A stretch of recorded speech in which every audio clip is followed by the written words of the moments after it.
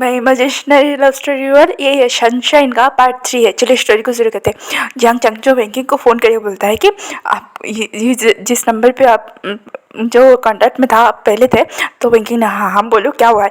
तो जियांग चंग ने कहा वो सुसाइड करने की कोशिश कर रहा है। ये सुनते ही बैंकिंग शौक से खड़ी हो गई और बोले उस गधे को कुछ करने मत देना, हो सके तो जितना हो सके तो उसे रोक के मैं अभी आ रहा हूँ, अभी आ रही हूँ। ये कहने के बाद बैंकिंग को याद आ रहा है कि उस गधे ने सुबह बोला क्या था, मतलब हमारे मांगजी ने सुबह क्या बोला था कि आयरन का ध्यान रखना। ये बात वेंकी के दिमाग पे आते ही उसे गिल्ट तो फिर महसूस हुआ, पर अभी के लिए उसे वहाँ से निकल के वांगजी के पास पहुँचना था। और यहाँ पे जंग जंग जो फ़ोन रुक चुका था और कह रहा था कितने अजीब लोग हैं यहाँ पे। दूसरी ओर वेंकिंग ने कहा आयरन का ध्यान रखना, सच में आज तुमने सही कहा था, वांगजी सच में अजीब हो गया। वो गुस्से में वहाँ से हॉस्पिटल से वहाँ से निकली और कही मैं दो बच्चों को हैंडल कर रही हूँ, भगवान प्लीज़ मुझे स्ट्रेंथ देना। ये कि गाड़ी को फुल स्पीड पे भगाया जाए। यहाँ पे हुई मतलब वांगजी को बातों से समझाने की कोशिश कर रहा है, इमोशनली ब्लैकमेल कर रहा है, पर वांगजी के ऊपर कोई असर नहीं हो रहा है। तो वही ने कहा ये बंदा इमोशनली नहीं होने वाला है, इससे इमोशनली हैंडल नहीं किया जा सकता इन केस में। इसलिए वही ने क्या अपने खराफाती दिमाग, चोरी दिमाग का इस्तेमाल करके बाथरूम के दरवाजे को खोल दिया। वांगजी शौक कि क्या, कैसे, प्योर क्यों? तो वही ने कहा क्या मैं चोर हूँ? तो ये सुनने के बाद वांगजी इनको देख रहा था। वही ने कहा इन्हें आसपास चेक किया कहीं आसपास काट ना लिया हो, मरमुरा ना गया हो, कहीं पे पता ही नहीं चल रहा। तो विंग ने देखा कि वांगजी के हाथ में स्लीपिंग स्पिल है। तो इनका सीधा जवाब था कितने ही लिए तुमने, क्योंकि हाँ उसके तुरंत बाद एक्शन लेना पड़ेगा ना। तो वांगजी कुछ नहीं बोल रहा था, वो बहुत बन के खड़ा था। विंग ने कहा मैंने पूछ रहा हूँ कितनी बार लिया है। तो वांगजी ने कुछ नहीं कहा था। अब विंग को जो गुस्सा उठा उसने वांगजी के कॉलर को पकड़ा, उसे उठाया और उसे किस करने लगा। और विंग मन में सोच रहा था मैंने ये क्यों किया, और वांगजी ये मेरे साथ हुआ क्या। तभी इनकी जो आवाज़ सुन के जंग जंग वहाँ पे आ गया, क्योंकि उसे लगा कि कुछ स्ट्रेंजर है जो उसने शायद कुछ कर लिया है खुद को। और वो जंग जंग क्या आंसर देगा। बहुत सारे पुलिस वगैरह मतलब होता है ना सुसाइड केस में बहुत सारे चक्कर वगैरह, और ये दोनों चोट ठहरे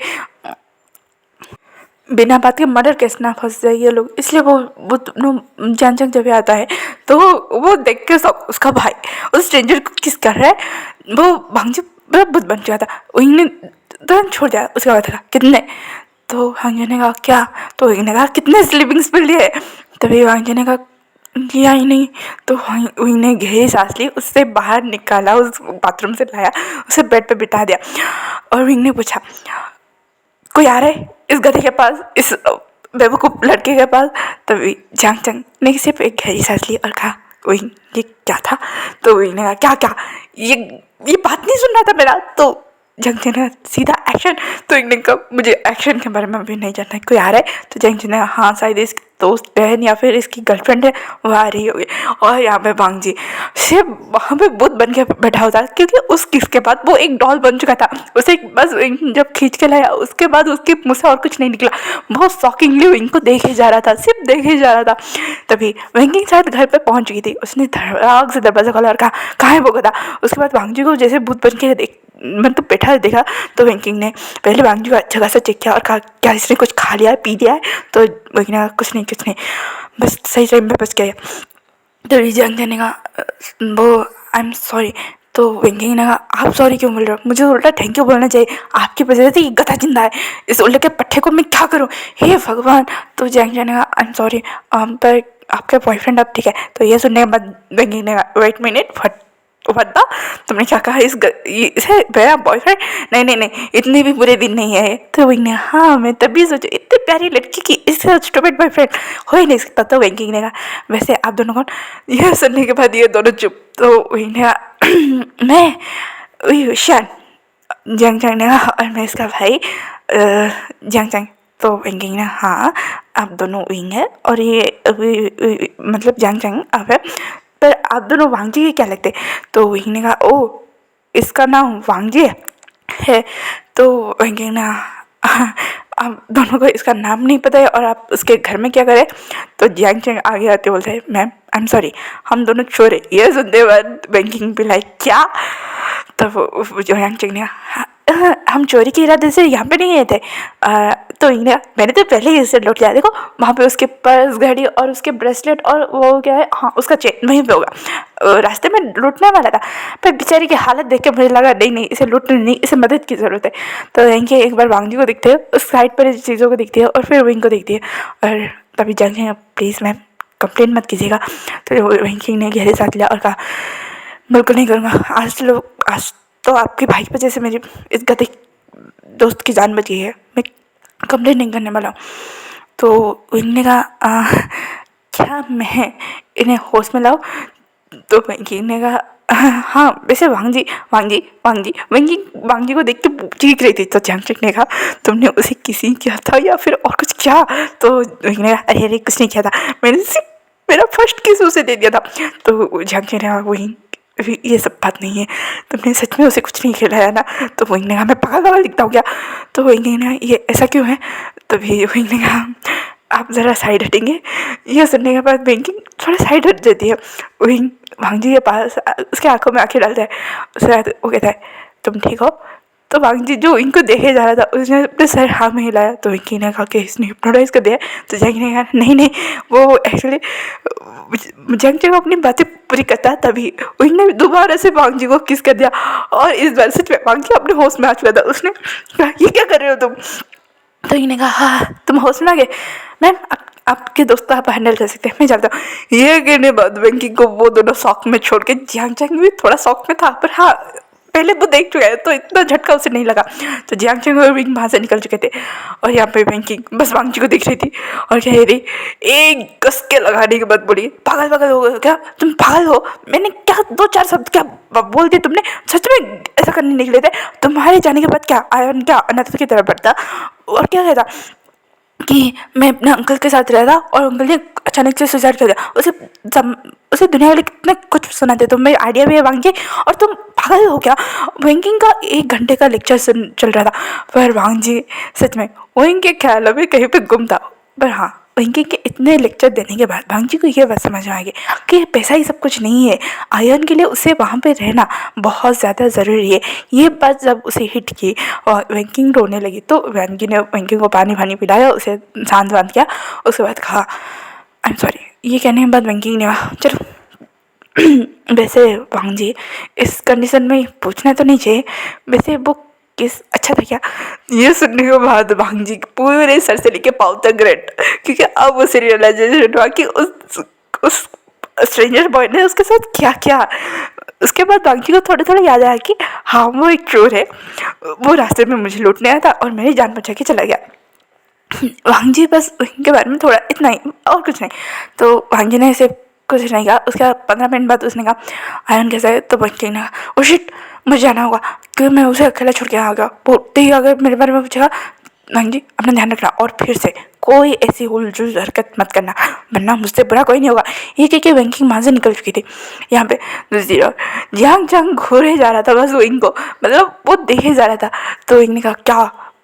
तो जियांग ने कहा विंग तुम्हारी इसी नेचर के वजह से ना कभी हम फांसी चढ़ जाएंगे। तो विंग ने कहा ऐसा कुछ नहीं होगा जियांगचैंग कहा। तो ये सुने हुए जियांगचैंग और रियली ऐसा कुछ नहीं होगा? तुमने क्या क्या है? हम क्या खाएंगे? हम क्या पहनेंगे? पहनने के लिए छोड़ो, क्या खाए के रहेंगे इन पैसे ना आने तक? तो ना कोई नहीं मैंने आपके पैसे उड़ाए ना, ठीक है मैं ऑनेस्टली वर्क करके जियांगचैंग हाँ हाँ मेरा तुम्हारा ऑनेस्ट वर्क पता है। तो वही ने कहा नहीं मेरा मतलब मैं सच में पार्ट टाइम जॉब करके गुजारा कर लेंगे हम दोनों। ये सुनने के बाद जियांगचैंग विंग को देखता है। हाँ इस बार सच में विंग की आंखों में कुछ था जो जियांगचैंग को पता है कि वो चीज़ क्या है, इसलिए जियांगचैंग ने कुछ ज़्यादा रिएक्ट नहीं किया और कहा अच्छा ठीक है याद रखना। ये कहने के बाद वो दोनों घर आए और जियांगचैंग ने रास्ते से और एक केक खरीदा था क्योंकि विंग ने जिद किया था कि तुम्हारी नौकरी आधी तो पक्की हो चुकी है, पूरी पक्की होने वाली है, तो मुझे केक खाना है। तो जियांगचैंग ने कहा तुमने खाया तो था। तो विंग ने करने के बाद जियांगचैंग ने विंग को एक केक खिलाई दिया था। इस बहाने आने के बाद डिनर वगैरह थोड़ा वगैरह कुछ खा के वो सो गए थे। उनके दिमाग से वांग जी का चेहरा नहीं जा रहा था क्योंकि उसे पता है जो आदमी एक बार सुसाइड करने के बारे में सोच चुका है मतलब वो कितने चीज़ों से गुजर चुका होगा, वो कितना मेंटल ब्रेकडाउन हुआ होगा, कितना डिप्रेस्ड होगा, कितना इमोशनल ब्रेक होगा, वो सोच चुका था। तो इन्हें सोच रहा था जब तक वो मेक श्योर ना कर ले कि उस आदमी की लाइफ में सब कुछ ठीक है, मतलब सब कुछ, तब तक वो वांग जी का पीछा नहीं छोड़ेगा। वहीं ने गहरी सांस ली और कहा, चलो किसकी लाइफ को संवरना है, संवरना है। ये कह के वो सो गया था। यहाँ पे दूसरी ओर आयन ने उठते ही पहले पूछा, अंकल कैसे, ये बात जानते ही वेंगिंग और उसके सेक्रेटरी थोड़े शौक थे। तो आयन ने कहा, मैंने पूछा अंकल कैसे है। तो ये सुनने बाद वेंगिंग ने कहा, तुम्हारे अंकल पूरी तरह से ठीक है, ठीक है। तो आयन ने कहा, मुझे घर जाना है, मुझे यहाँ पे नहीं रहना। तो ये सुनने बाद वेंगिंग और वो सेक्रेटरी एक दूसरे को देखते हैं और गहरी सांस लेकर डॉक्टर को बुलाते हैं। डॉक्टर कहते हैं, हाँ आप उसे ले सकते हैं, उसकी मेंटल कंडीशन बुरी नहीं है और वो सिर्फ इंजर है और कुछ नहीं, पर हाँ ध्यान रखिएगा उसकी जख्म पे पानी ना पड़े। वो छोटा सा आयन कहता है, ठीक अंकल मैं ध्यान रखूँगा। डॉक्टर भी थोड़ा शौक था कि एक 7 साल के बच्चे से इतनी मेच्योर बातें कैसे, मतलब कहते हैं ना इतनी मेच्योरली बातें करना बहुत अनरियल है। तो वो डॉक्टर भी थोड़ा शौक था, फिर भी उसे लगा कि नहीं उसके पेरेंट्स ऐसे होंगे इसलिए, तो वो डॉक्टर वहाँ से चलेगा। और वेंकिंग व सेक्रेटरी आयन को लेके वांग जी के अपार्टमेंट आ चुके थे। वेंकिंग ने जाते वक्त वांग जी को वार्निंग दिया था, तो वांग जी अपने रूम में चला गया था। वो वैसे ही अपने लाइफ को स्पेंड कर रहा था। आयन चुपचाप से अपने रूम में गया और वेंकिंग ने उसे खिला दिया था। वो जाके सिर्फ सो गया था। वेंकिंग बस उन दोनों के कमरे को देखते और गहरी सांस लेके कहते, तुम पता आज वांग जी ने सुसाइड करने के बारे में सोचा। ये सुनने वाला सेक्रेटरी शॉकिंगली बस वेंकिंग को देखती है। तो सेक्रेटरी बोलती है, तो फिर क्या मैम। तो वेंकिंग ने, वो तो भगते भगते किसी ने आके बचा लिया, पर कब तक पता नहीं, अब तक तो समझा लिया हूँ पर आगे का क्या कोई आइडिया नहीं। तो वैसे सेक्रेटरी कहते हैं मैम। तो वेंकिंग ने, वैसे इंटरव्यू का क्या हुआ। तो सेक्रेटरी ने कहा 3 लोग सिलेक्ट हुए हैं, बस फाइनल इंटरव्यू आपको लेना है और जॉब डन। ये सुनने के बाद वेंकिंग ने गहरी सांस लिया और फिर एक बार उसका खाली पड़े कमरे घर को देखती है और वहाँ से चली जाती है और कहती है, जाते वक्त कहती है ब्रेकफास्ट बना देना ठीक है सुबह के लिए। तो वो सेक्रेटरी भी हाँ बोल देती है, क्योंकि हाँ उसे लगा कि आयन तो खुद नहीं बना पाएगा, क्योंकि उसे कल ही चोट लगा है और वो ना बना के गई हो कि तो बहुत प्रॉब्लम हुई। तो बैंकिंग के कहने पर वो सेक्रेटरी ने कल ही रातों रात ब्रेकफास्ट के लिए जो छोटी मोटी चीज़ें चाहिए वो सेटल करके वो वहाँ से निकल चुकी थी। मांगी बाहर आता है, वो चुपके से जाके आयन को दिखता है। दिखने के बाद कहते हैं आई एम सॉरी। ये कहने के बाद वो फिर से डोर को लॉक करता है और फिर अपने रूम में चला जाता है। आयन अभी तक नहीं सोया था, उसने बैंकिंग की बातें भी सुनी थी और वांगी की बातें भी, और वो कहता है कल सुसाइड करना बुरी बात है और आयन आपको ऐसा करने नहीं देगा। ये आयन का वादा है, क्योंकि डैड ने कहा था आपका साथ कभी ना छोड़ने के लिए। ये क्योंकि आयन भी एक स्माइल के साथ वहाँ पे सो गया था। हाँ आयन अपने मॉम डैड का दुलारा बेटा है और वो अपने मॉम डैड की हर बात मानता है, और इसी वजह से शायद आयन वांग जी से बहुत ज़्यादा प्यार करता है, क्योंकि उसके मॉम डैड ने एक बार कहा था क्योंकि वांग जी उनका पहला चाइल्ड है, तो उस हिसाब से वो तुम्हारे अंकल भी है और बड़े काका भी हुए, तो उनका बहुत अच्छे से ध्यान रखना। और आयन ऐसा ही करता है। वांग जी का मेंटल ब्रेकडाउन बहुत पहले हो चुका था। वो फिर से अपनी लाइफ में वापस आ रहा था आयन की वजह से। ये बात लालसी चंद और यानली को जब पता चलती थी तो वो बहुत ज़्यादा खुश हो रहे थे, इसीलिए वो ज़्यादा से ज़्यादा वक्त आयन और वांग जी को एक साथ रहने देते थे। पर इन 6 महीनों में बहुत कुछ बदल गया, जिसकी वजह से वांग जी फिर से डिप्रेशन में चला गया और वो आयन से ऐसी दूरी बनाने लगा जो उसे नहीं बनानी चाहिए थी। यहाँ पे दूसरी ओर आज यांग जंग शॉक, क्योंकि हाँ विंग उठ के ब्रेकफास्ट बना रहा है सबके लिए, मतलब उन दोनों के लिए तो बना रहा है और एक एक्स्ट्रा टिफिन पैक करा है। यांग जंग को लगा कि वो पहले पूछ ले, पर वो ये सब जान के ही शॉक कि विंग 9 बजे के आसपास उठ चुका है, मतलब वो शॉकिंगली विंग को देख रहा था। तो विंग ने कहा क्या। तो यांग जंग ने कहा विंग तुम्हारी तबीयत ठीक है ना। तो विंग ने कहा हाँ हाँ गगा मेरी तबीयत ठीक है। तो यांग जंग ने कहा तुम जो 12 बजे पहले से नहीं उठते, वो आज सुबह के 8:30 बजे उठ के नहा धो के ब्रेकफास्ट बना के पैकिंग कर रहे हैं, कहाँ जाने की तैयारी हो रही है। तो एक ने कहा गग्गा आप नहीं तो बोला था पार्ट टाइम जॉब के लिए, अब उसे ढूंढने के लिए जाना ही तो पड़ेगा। तो ये सुनने के बाद मतलब वाह जंग जी ने वाह मेरा भाई सुधर गया है। तो वही ने कहा गगा ये रहा आपका ब्रेकफास्ट और मैं चला। ये कहने के बाद वही वहाँ से चला गया। जंग ने कहा भगवान क्या ये सपना है। उसके बाद जंग ने खुद को चीटी काटी और कहा नहीं नहीं ये सपना नहीं है हकीकत है। यहाँ पे वही पार्ट टाइम जॉब के लिए निकला तो है पर वो झूठ है। वही उस रास्ते जाता है जहाँ पे वांग जी का अपार्टमेंट है और वहाँ पे वो डोर को नॉक करता है। ऑब्वियसली वांग जी विंग को पता है कि कोई दरवाज़ा नहीं खुलेगा। फिर सरप्राइज ले कोई दरवाज़ा खुलता है और वो कोई छोटा सा बेबी है। तो कोई देख के एक से पहले तो वो थोड़ा चौंक जाता है, फिर स्माइल करके बोलता है तुम कौन? तो आयन कहता है ओहो तुम आयन के घर पे आके आयन को पूछ रहे हो कि आयन कौन है? तो ये सुनने के बाद वही ने कहा ओह उस गधे का बेबी भी है, फिर भी वो सुसाइड करने जा रहे हैं। है ये लड़की का हमारा लगता है। ये सुनने के बाद वही ने कहा मैं तुम्हारे पापा का दोस्त हूँ। ये सुनने के बाद आयन ने कहा मेरे पापा के दोस्त? आप मेरे पापा के दोस्त हो तो अंदर आओ ना। ये कहने के बाद आयन ने विंग का अंदर ले लिया। तो विंग ने कहा वो तुम्हारे पापा कहाँ पे? तो आयन ने कहा आप मेरे पापा के दोस्त हो, आपको पता नहीं मेरे पापा कहाँ पे? तो विंग ने कहा हाँ वो लंबा सा जो चश्मा पहनता है। तो आयन ने कहा अरे बुद्धू वो मेरे पापा नहीं वो मेरे अंकल है। ये सुनने के बाद वही ने कहा वो क्या है? तो आयन ने कहा वो मेरे अंकल है। तो वही ने कहा ओ तो फैमिली इश्यूज चल रहे। विंग ये सोच रहा था क्योंकि उसे जानना था कि वांगजी सुसाइड क्यों करना चाहता है, क्योंकि उसे थोड़ा थोड़ा याद है कि वांगजी ने ये कहा था कि जो भी मेरे पास आता है वो मुझसे दूर चला जाता है। तो विंग को बस अब वांगजी के दिमाग से वो थॉट निकालना था। तो विंग ने मुझे लगा तुम उसके बेटे हो। तो आयन ने कहा अरे नहीं नहीं वो मेरे अंकल है, तो आप मेरे अंकल के दोस्त हो। तो विंग ने कहा हाँ बहुत पुराना, बहुत सालों से नहीं मिला था उससे, आज कल जाके मिला। तो आयन ने कहा कल कब मिले? क्योंकि आयन कुछ कहते कहते रुक गया। तो विंग ने नीचे बैठा और कहा कल ना उससे ना मेरी बहुत मदद की तो उस चक्कर में मिलना हुआ। वैसे तुम्हारा नाम? तो आयन ने कहा मेरा नाम आयन है। तो विंग ने कहा ओ तुमने ब्रेकफास्ट किया? तो आयन ने कहा अभी तक नहीं, भूख लगी है। हाँ ब्रेकफास्ट बनाने में ऑलमोस्ट 15 मिनट लगेंगे। तो विंग ने कहा बनाने में मतलब? तो आयन ने कहा मुझे खुद बना के खाना पड़ रहा है। तो ये सुनने के बाद विंग को गुस्सा तो आया कि उस गधे को अपने डिप्रेशन के चक्कर में बेबी नहीं दिख रहा है। तो उसने एक गहरी सांस ली और कहा कोई बात नहीं मैं खाना बना के लेके आया। तो आयन ने कहा क्या सच में आपने बनाया? पर मैं आपको ट्रस्ट नहीं कर सकता क्योंकि स्ट्रेंजर पे ट्रस्ट नहीं करना चाहिए।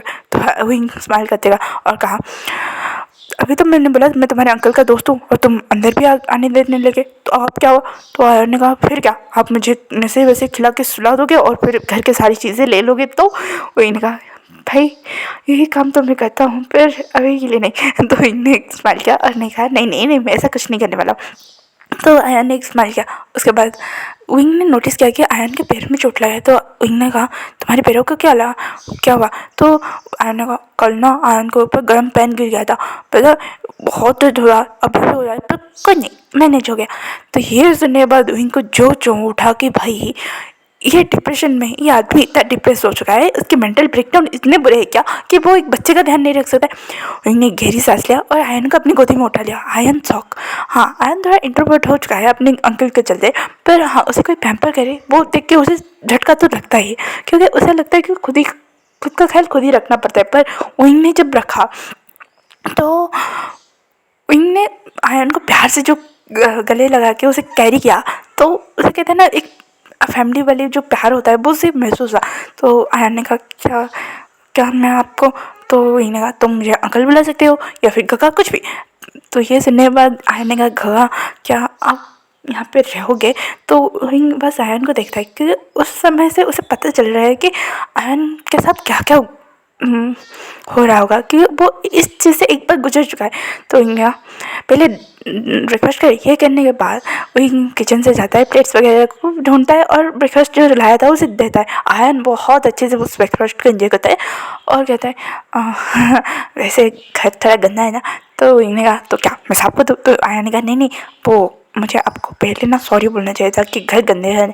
तो इन्हें बस सच में घर को देखा कि भाई 2 दिन में ये घर तहस नहस बन चुका है क्योंकि वांगजी जो गुस्से में था, जो इरिटेट था, जो फ्रस्ट्रेट था, उसने सच में घर पे ऊपर निकाला था।